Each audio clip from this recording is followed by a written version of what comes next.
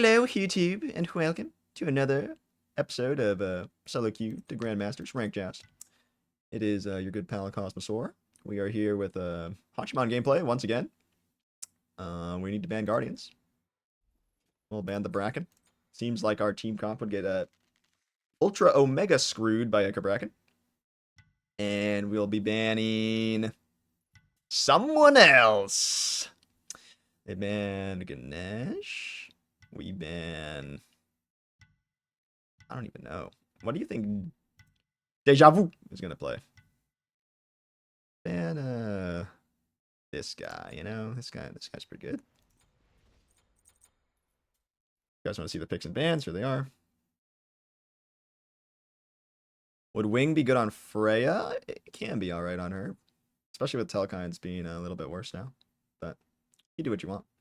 Okay, so we actually ended up having no one pick a Guardian. We just banned a bunch of Guardians, and then nobody wanted to play one, so... That's actually not too uncommon. Really an Ares ban? Ares can be a little bit bait as a solo frontliner if we pick a character that can easily deal with it. And then we just kill the Ares. So, I mean, that was cool, not banning it. In a solo queue situation, though, maybe it is a little bit better if I ban Ares. But, like, if we were 3-man versus 3-man and those were the comps, I would have been like, they pick Ares, we pick Fafnir. Or we just pick Fafnir immediately. Oh, so I guess the guy that we were going to be against was the #1, Morgan Le Fay. Maybe we should have let him have it and seen if we could take him down a notch, you know? But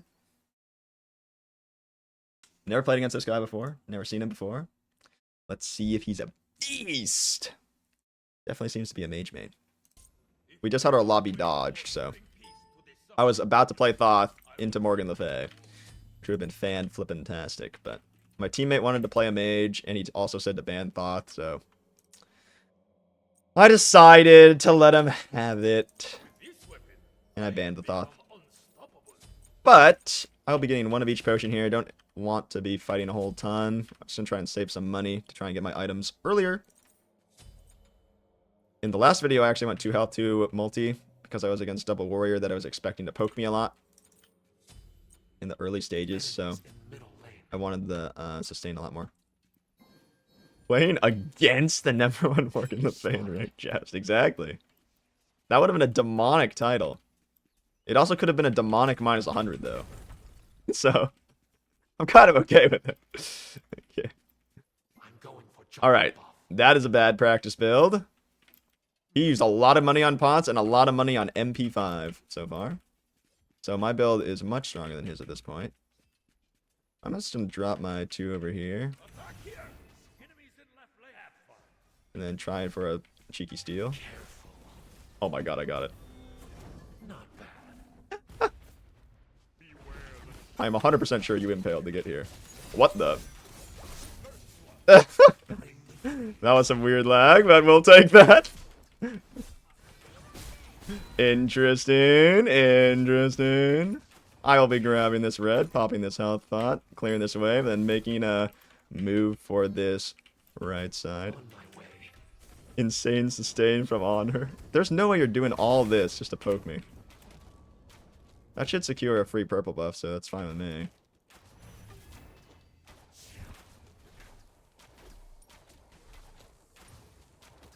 And now... Oh, if he hits this grab... No.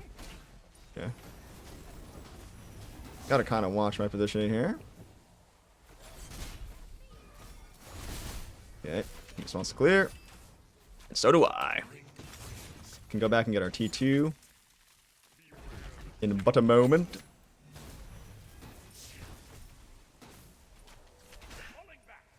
Oh, unless... I can't. I got nothing for him anyway. Okay, we'll grab this. And I won't buy any more potions. Fantastic. Players that build Griffin Wing and go mana pots are just carried players. No comment.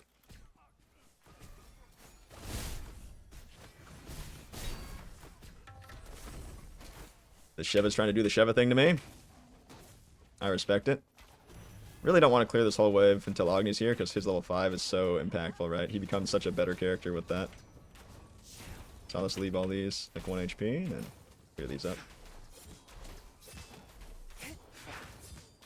I get my gooseberry stacks going.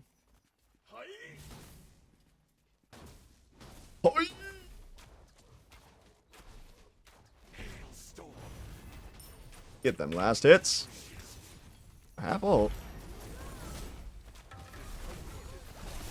Okay.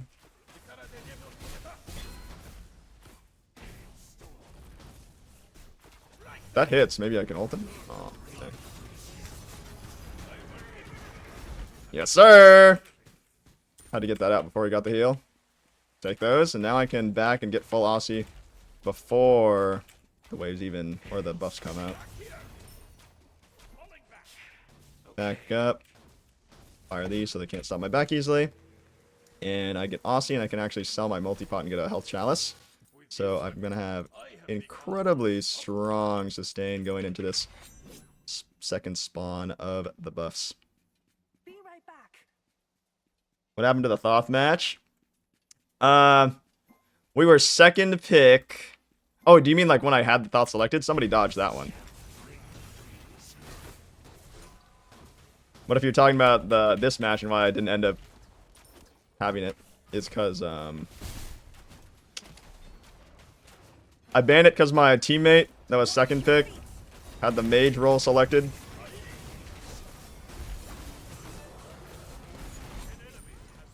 Oh! 1 second, I'm getting into intense brawl here. He's wing shotting. If he turns around and impales, I can do this. Oh.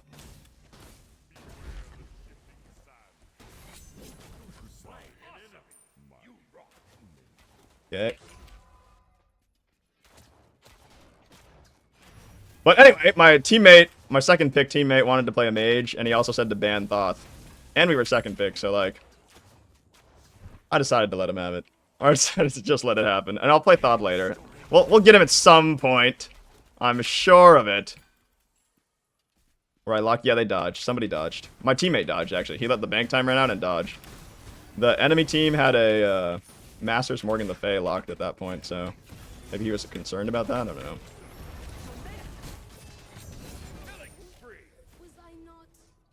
He really wants this. I don't have enough mana to ult. Ooh. Yeah, he's out. We can get T2 Demon Blade next back. This is 100% a crit game because they only have one frontliner and he's going damage right now, so. Or he built a first item damage. So crit is going to go crazy. I'll stay for this next wave. Yeah, I got a nice lead here going, so I got my Aussie online earlier than normal too.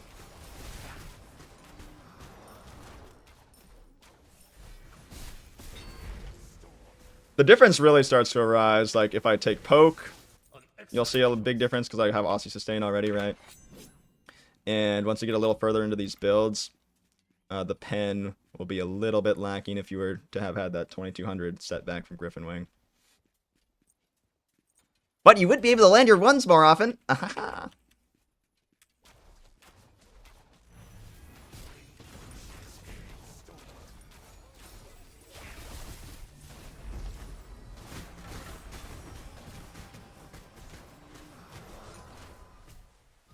Got a whole lot of sustain going here. Got Aussie proc down, unfortunately. But I still have the Aussie, so I'll be able to lifesteal a good amount here.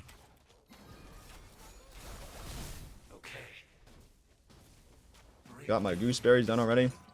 Agni really doesn't need to clear. I can grab my Demon Blade here. This is a bad call. This is a really bad call. Because red's coming up. But I'm going to go with it.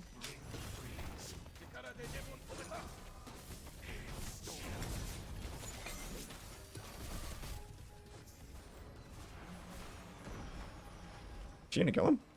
Enemies in left lane. Killing spree. Attack here.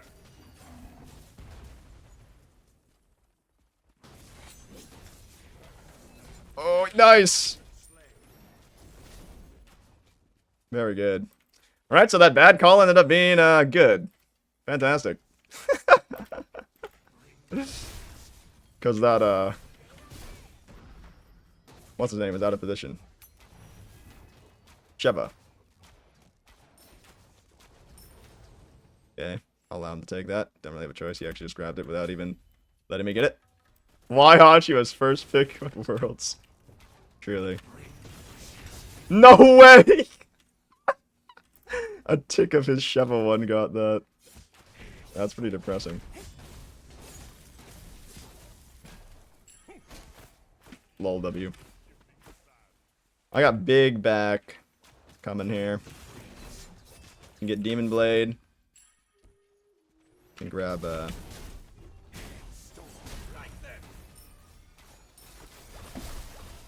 T2 Dom almost. Actually, is that an almost? Oh no, yeah, I can grab it right now. Big spikes. Boom, boom. And I can get this if we try to do a ballsy fire pull again. That pull on Fire Giant wasn't the greatest because red was about to come up. They could get positioning on us. And that was a good way to throw our early lead, but it worked out because the Sheva went just a little too early before his teammates got there. He had a little bit more time than he thought he did. And we also didn't have vision, so.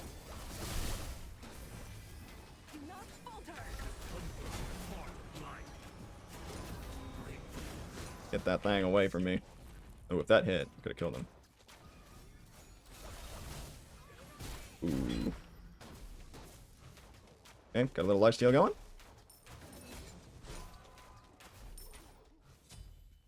Some healage, possible pressurage on the towerage.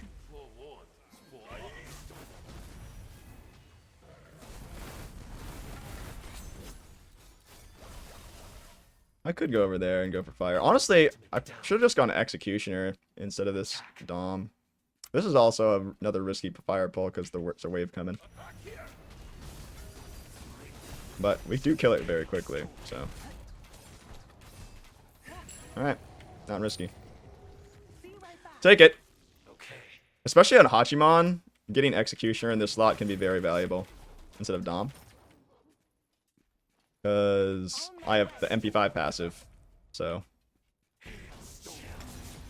not too much of a worry.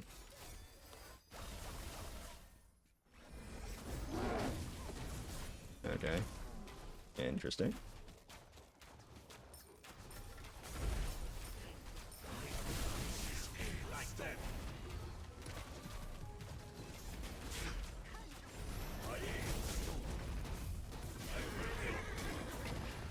Oh man, I wanted to get all three and I ended up getting two, and the third guy was the one guy like I actually wanted to hit. Huh. Poorly aimed. Also could have rode the horse for a little longer. Oh. Okay. Well, GG. You guys think that was a plus 15 perhaps? Interesting. We'll take those. Everyone on the team played well there. Take that. Take it, take it. Well played.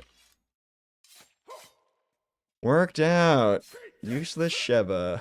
Yeah, our Mulan actually did great. 66 for that? Oh my lordy.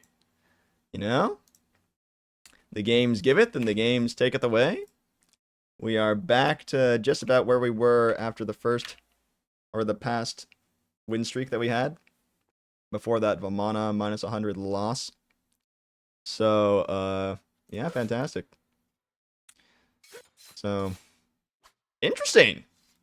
Perhaps some lower MMR teammates, but we had a really solid early game comp that allowed us to kind of stomp them a bit here. Getting the early crit from ahead just goes crazy hard. That Sheva going damage also really hurt him a lot because I just exploded him when he tried to do things because of that Rune Forged. So we will 100% take those. They kind of got beaten down, not only in game, like losing the early super hard, losing all the buffs and stuff, but like there's a reason that happened, right? Because our early presence was just so much better, and it kind of came down to the Sheva versus the Mulan. The Mulan was able to get out her poke a lot easier and safer, and our follow-up damage / wave clear was much better in the early because Tiamat uncomfortable going up and wanting it. Also, her one's not doing that much on her. Uncomfortable going up and impaling it. So it just kind of allows me, you know, I just throw a banner. Also, I stole the red buff. So like a whole lot of things went wrong for them. Even from the very, very early, like 10, 20 seconds of the game. That just made it go so far in our direction. And in those double backline comps, when one team gets super far ahead, especially when we have such good poke with the Agni Hachiman, and their range is a little limited in terms of especially the on her. The Tiamat has decent range, but it takes her a bit to get all of her stuff online to the point where she deals lethal damage. So it's just real tough if we don't give them something back once we're ahead. Like we have to screw up, right? So it just came online perfectly for me. Mulan was probably getting tickled by this on her, who has no pen at this stage, and she's got double fizz prot. Heck, if you count the Warriors X, that's triple fizz prot. When she lands her 3, she gains a good chunk of protection, so she's looking at 162 prots. To put that into perspective, if you're hitting someone that has about like 100 prots, and you've got, you know, no pen, you'll be doing about like half the damage that you normally would. And that on her is only reducing her prots with his passive, and possibly if Sheva hits the 1 on her, that reduces her prots. So, like, she'll be a good chunk above 100 prots no matter what he does. So, yeah, he's not hitting her very hard. So, it was looking pretty bleak. So, GG's. The rest of that build would have been Dominance. I do think I should have gone Executioner here, though, just to keep the snowball rolling. It's a little cheaper than Dom, and it would have allowed me to kill objectives really fast. And it is technically a little bit more pen, but mainly the cheapness and the objective pressure is what I was looking for from Executioner. Then I would have gone Deathbringer after, and probably finished with Dominance. Though, with the way it shook out, I probably would have gone Dominance into Deathbringer into Exy. And the way that this guy built, even if he goes Spectral, I still would have been critting him incredibly hard because he went damage early like that. So, we will take those. Massive 66 for not a whole lot of work. We take those. And that's just a double backline versus double backline when you have the better double backline and the better frontliner. Fantastic. GG's. Thank you guys for watching. Hope you enjoyed, and I'll catch you. Oh, don't forget to subscribe to the channel. Subscribe. But I'll see you in the next one. Later.